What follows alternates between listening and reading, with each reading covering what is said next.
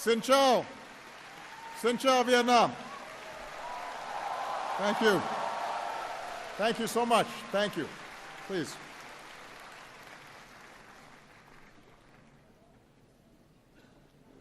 To the government and the people of Vietnam, thank you for this very warm welcome and the hospitality that you've shown me on this visit. And thank all of you for being here today.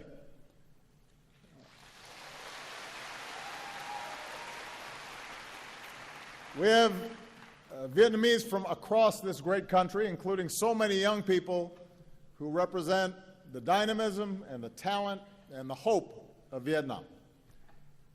On this visit, my heart has been touched by the kindness for which the Vietnamese people are known. And the many people who've been lining the streets, smiling and waving, I feel the friendship between our peoples. Last night, I visited the old quarter here in Hanoi and enjoyed some outstanding Vietnamese food, tried some bún cha.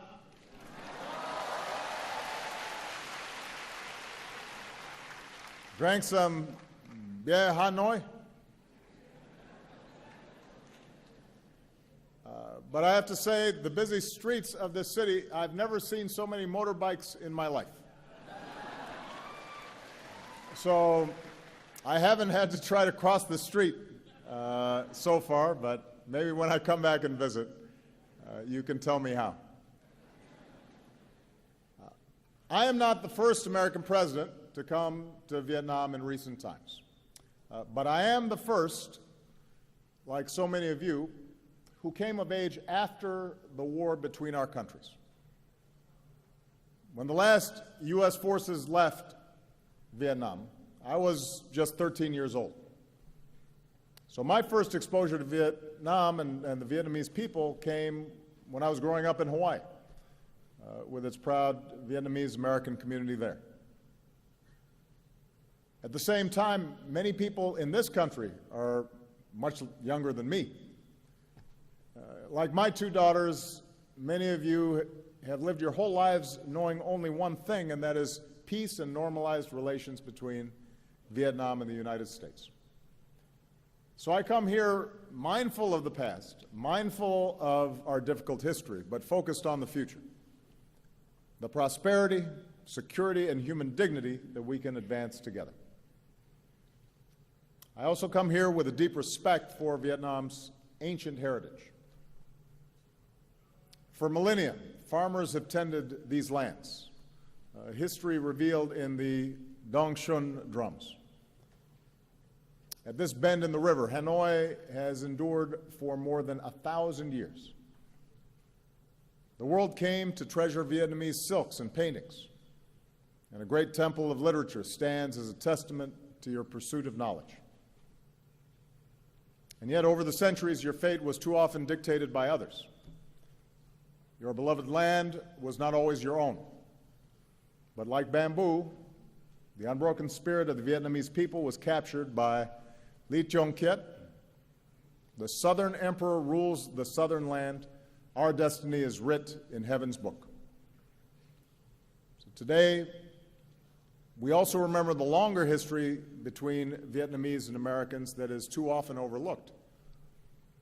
More than 200 years ago, when our founding fathers, Thomas Jefferson, sought rice for his farm, he looked to the rice of Vietnam, which he said had the reputation of being whitest to the eye, best flavored to the taste, and most productive. And soon after, American trade ships arrived in your ports seeking commerce. During the Second World War, Americans came here to support your struggle against occupation. When American pilots were shot down, the Vietnamese people helped rescue them. And on the day that Vietnam declared its independence, crowds took to the streets of this city, and Ho Chi Minh evoked the American Declaration of Independence. He said, all people are created equal. The Creator has endowed them with inviolable rights. Among these rights are the right to life, the right to liberty, and the right to pursuit of happiness. In another time, the profession of these shared ideals and our common story of throwing off colonialism might have brought us closer together sooner. but instead Cold War rivalries and fears of communism pulled us into conflict. Like other conflicts throughout human history, we learned once more a bitter truth, that war, no matter what our intentions may be, brings suffering and tragedy. At your war memorial, not far from here, and with family altars across this country, you remember some 3 million Vietnamese soldiers and civilians on both sides who lost their lives. At our memorial wall in Washington, we can touch the names of 58,315 Americans who gave their lives in the conflict. In both our countries, our veterans and families of the fallen still ache for the friends and loved ones that they lost. Just as we learned in America that even if we disagree about a war, we must always honor those who serve and welcome them home with the respect they deserve, we can join together today, Vietnamese and Americans, and acknowledge the pain and the sacrifices on both sides.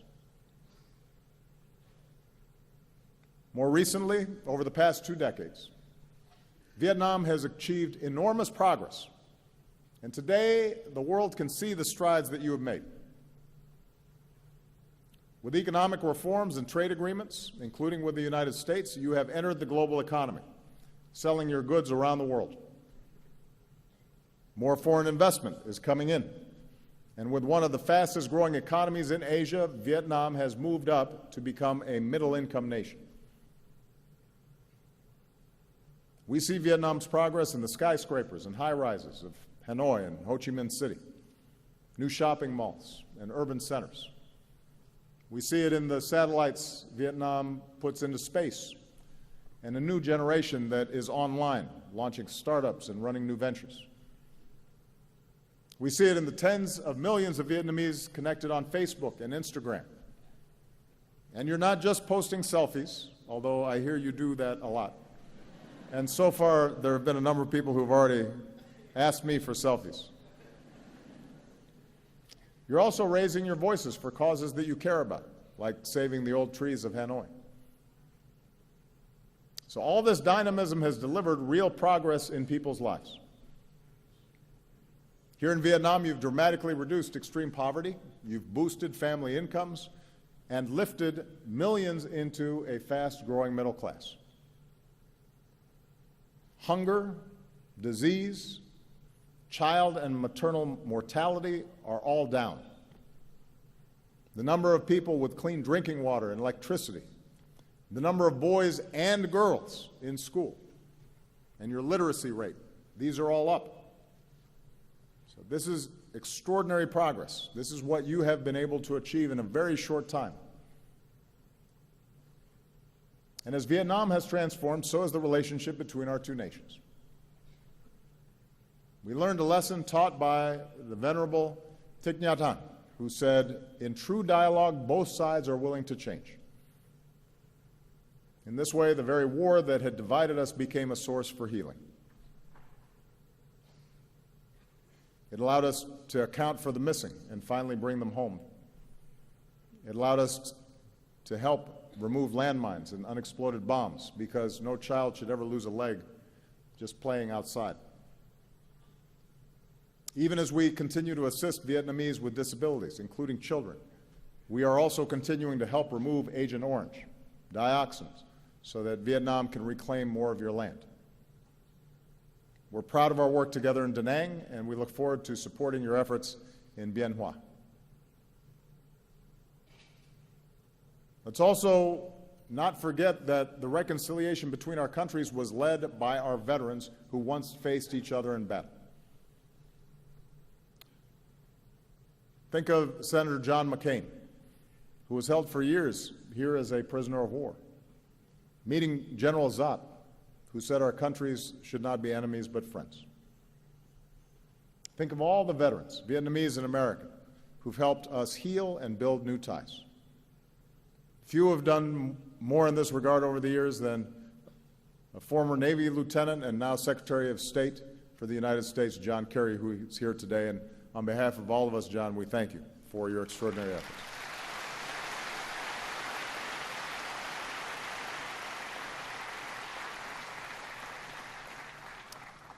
Because our veterans showed us the way, because warriors had the courage to pursue peace, our peoples are now closer than ever before.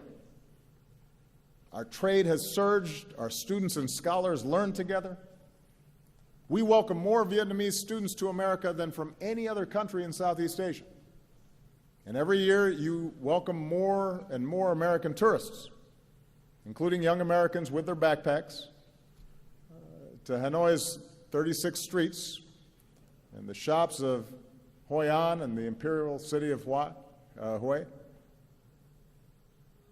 As Vietnamese and Americans, we can all relate to those words written by Van Cao. From now, we know each other's homeland. From now, we learn to feel for each other. As president, I've built on this progress. With our new comprehensive partnership, our governments are working more closely together than ever before.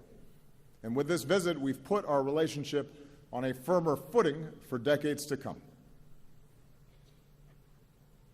In a sense, the long story between our two nations that began with Thomas Jefferson more than 2 centuries ago has now come full circle.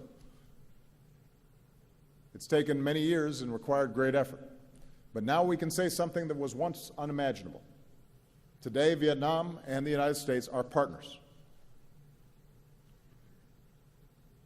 And I believe our experience holds lessons for the world. At a time when many conflicts seem intractable, seem as if they will never end, we have shown that hearts can change and that a different future is possible when we refuse to be prisoners of the past. We've shown how peace can be better than war. We've shown that progress and human dignity is best advanced by cooperation and not conflict. That's what Vietnam and America can show the world. Now, America's new partnership with Vietnam is rooted in some basic truths. Vietnam is an independent, sovereign nation, and no other nation can impose its will on you or decide your destiny.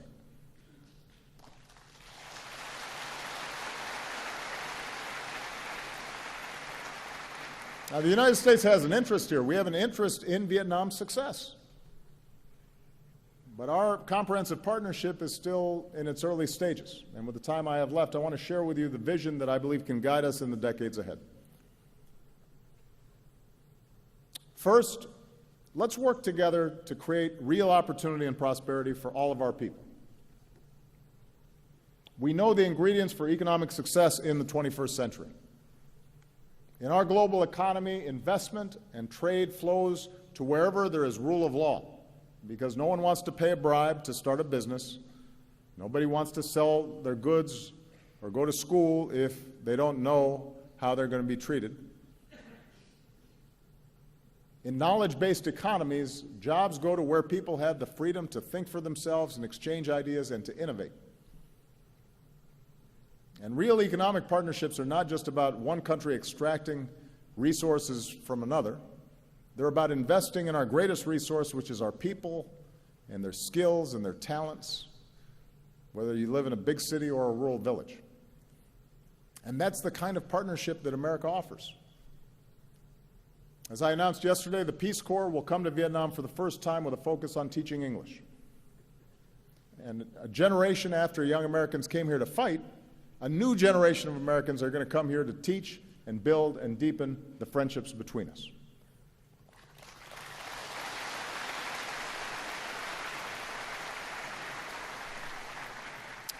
Some of America's leading technology companies and academic institutions are joining Vietnamese universities to strengthen training in science, technology, engineering, mathematics, and medicine. Because even as we keep welcoming more Vietnamese students to America, we also believe that young people deserve a world-class education right here in Vietnam. It's one of the reasons why we're very excited that this fall the new Fulbright University Vietnam will open in Ho Chi Minh City, this nation's first independent nonprofit university. where there will be full academic freedom and scholarships for those in need.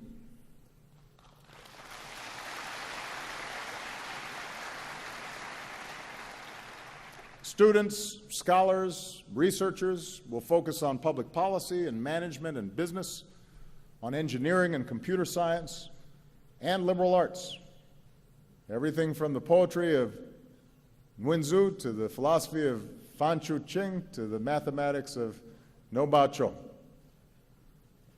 And we're going to keep partnering with young people and entrepreneurs because we believe that if you can just access the skills and technology and capital you need, then nothing can stand in your way, and that includes, by the way, the talented women of Vietnam. We think gender equality is an important principle. From Cheong sisters to today, strong, confident women have always helped move Vietnam forward. And the evidence is clear. I say this wherever I go around the world.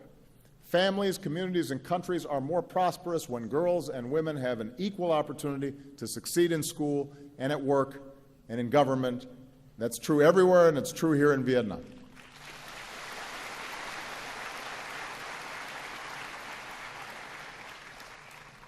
We'll keep working to unleash the full potential of your economy with the Trans-Pacific Partnership. Now, here in Vietnam, TPP will let you sell more of your products to the world, and it will attract new investment. TPP will require reforms to protect workers and rule of law and intellectual property. And the United States is ready to assist Vietnam as it works to fully implement its commitments. I want you to know that as President of the United States, I strongly support TPP because you'll also be able to buy more of our goods, made in America. Moreover, I support TPP because of its important strategic benefits. Vietnam will be less dependent on any one trading partner and enjoy broader ties with more partners, including the United States.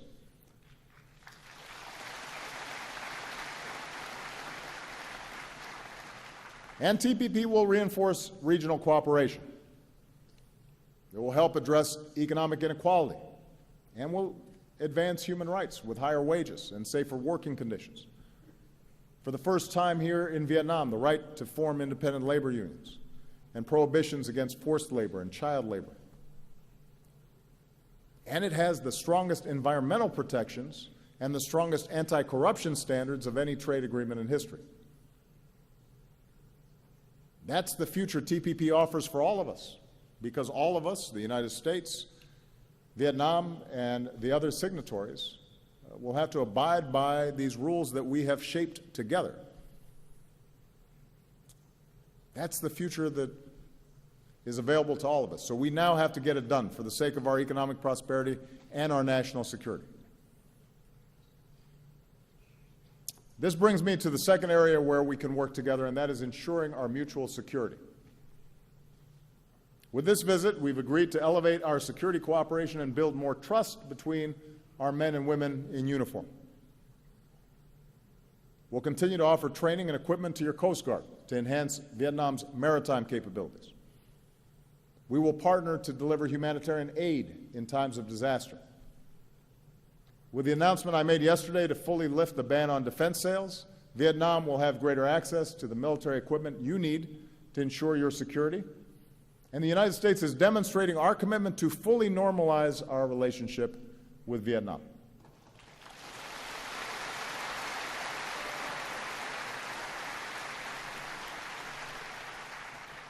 More broadly, the 20th century has taught all of us, including the United States and Vietnam, that the international order upon which our mutual security depends is rooted in certain rules and norms. Nations are sovereign, and no matter how large or small a nation may be, its sovereignty should be respected, and its territory should not be violated. Big nations should not bully smaller ones. Disputes should be resolved peacefully.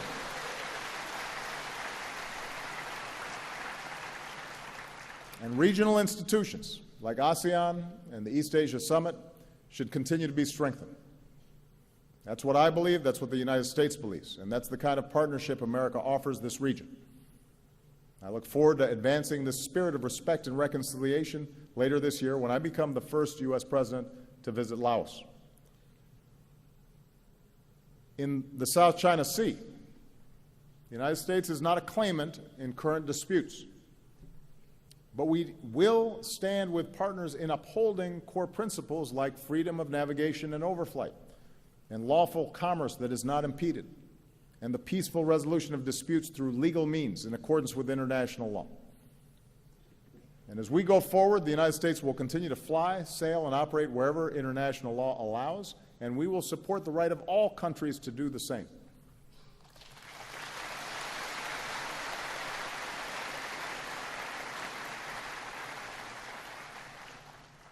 Now, even as we cooperate more closely in the areas I've described, our partnership includes a third element: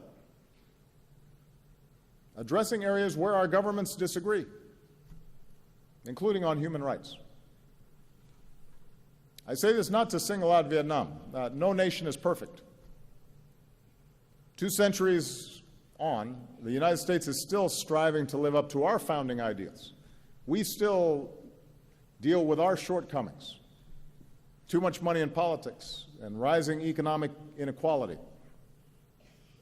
racial bias in our criminal justice system, women still not being paid as much as men doing the same job. We still have problems, and we're not immune from criticism. I promise you, I hear it every day. But that's scrutiny, that open debate,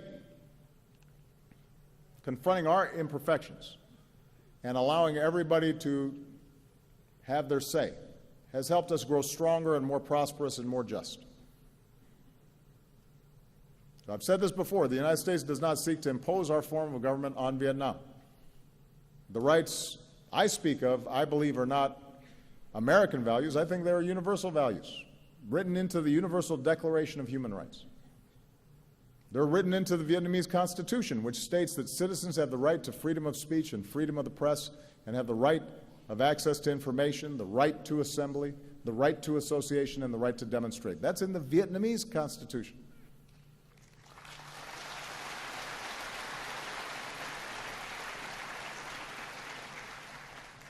So really, this is an issue about all of us, each country, trying to consistently apply these principles, making sure that we, those of us in government, are being true to these ideals. In recent years, Vietnam has made some progress. Vietnam's committed to bringing its laws in line with its new constitution and with international norms. Under recently passed laws, the government will disclose more of its budget, and the public will have the right to access more information. And as I said, Vietnam has committed to economic and labor reforms under the TPP. So these are all positive steps. And ultimately, the future of Vietnam will be decided by the people of Vietnam. Every country will chart its own path, and our 2 nations have different traditions and different political systems and different cultures. But as a friend of Vietnam, allow me to share my view, why I believe nations are more successful when universal rights are upheld. When there's freedom of expression and freedom of speech, and when people can share ideas and access the internet and social media without restriction, that fuels the innovation economies need to thrive. That's where new ideas happen. That's how a Facebook starts. That's how some of our greatest companies began. Because somebody had a new idea that was different, and they were able to share it. When there's freedom of the press, when journalists and bloggers are able to shine a light on injustice or abuse, that holds officials accountable and builds public confidence that the system works. When candidates can run for office and campaign freely, and voters can choose their own leaders in free and fair elections, it makes the countries more stable because citizens know that their voices count and that peaceful change is possible. And it brings new people into the system. When there's freedom of religion, it not only allows people to fully express the love and compassion that are at the heart of all great religions, but it allows faith groups to serve their own communities through schools and hospitals and care for the poor and the vulnerable. And when there's freedom of assembly and citizens are free to organize in civil society, then countries can better address challenges that government sometimes cannot solve by itself. So it is my view that upholding these rights is not a threat to stability, but actually reinforces stability and is the foundation of progress. After all, it was a yearning for these very rights that inspired people around the world, including Vietnam, to throw off colonialism. And I believe that upholding these rights is the fullest expression of the independence that so many cherish, including here, in a nation that proclaims itself to be of the people, by the people, and for the people. Vietnam will do it differently than the United States does. And each of us will do it differently from many other countries around the world. But there are these basic principles that I think we all have to try to work on and improve. And I say this as somebody who's about to leave office. So I have the benefit of almost 8 years now of reflecting on how our system has worked and interacting with countries around the world who are constantly trying to improve their systems as well. Now, finally, our partnership, I think, can meet global challenges that no nation can solve by itself. If we're going to ensure the health of our people and the beauty of our planet, then development has to be sustainable. Natural wonders like Ha Long Bay and Sun Dong Cave have to be preserved for our children and our grandchildren. Rising seas threaten the coasts and waterways on which so many Vietnamese depend. And so, as partners in the fight against climate change, we need to fulfill the commitments we made in Paris, and we need to help farmers and villages and people who depend on fishing to adapt and to bring more clean energy to places like the Mekong Delta. This is a rice bowl of the world that we need to feed future generations. And we can save lives beyond our borders. By helping other countries strengthen, for example, their health systems, we can prevent outbreaks of disease from becoming epidemics that threaten all of us. And as Vietnam deepens its commitment to UN peacekeeping, the United States is proud to help train your peacekeepers. And what a truly remarkable thing that is. Our two nations that once fought each other now standing together and helping others achieve peace as well.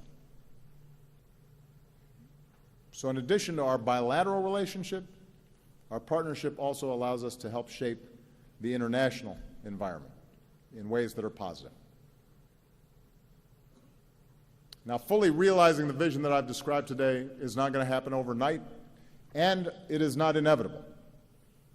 There may be stumbles and setbacks along the way. There are going to be times where there are misunderstandings. It will take sustained effort and true dialogue where both sides continue to change. But considering all the history and hurdles that we've already overcome, I stand before you today very optimistic about our future together.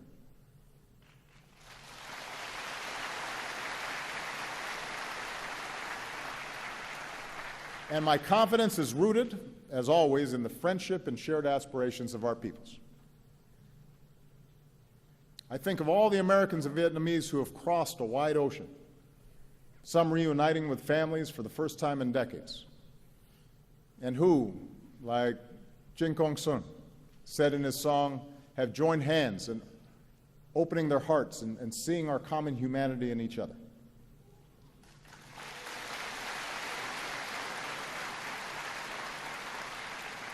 I think of all the Vietnamese Americans who've succeeded in every walk of life: doctors, journalists, judges, public servants.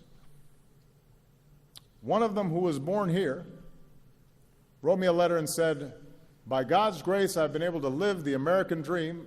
I'm very proud to be an American, but also very proud to be Vietnamese." And today he's here Today he's here, back in the country of his birth, because he said his personal passion is improving the life of every Vietnamese person. I think of a new generation of Vietnamese, so many of you, so many of the young people who are here, who are ready to make your mark on the world.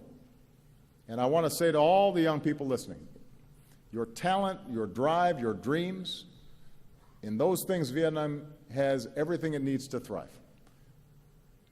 And your destiny is in your hands. This is your moment, and as you pursue the future that you want, I want you to know that the United States of America will be right there with you as your partner and as your friend.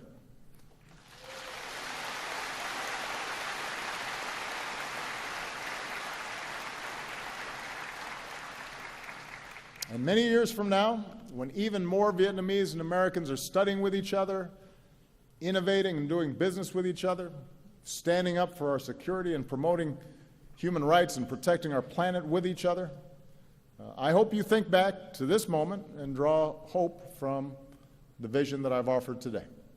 Or, if I can say it another way, in words that you know well from the tale of Kyo, please take from me this token of trust so we can embark upon our 100-year journey together. Kamun Chak Ban. Thank you very much. Thank you, Vietnam.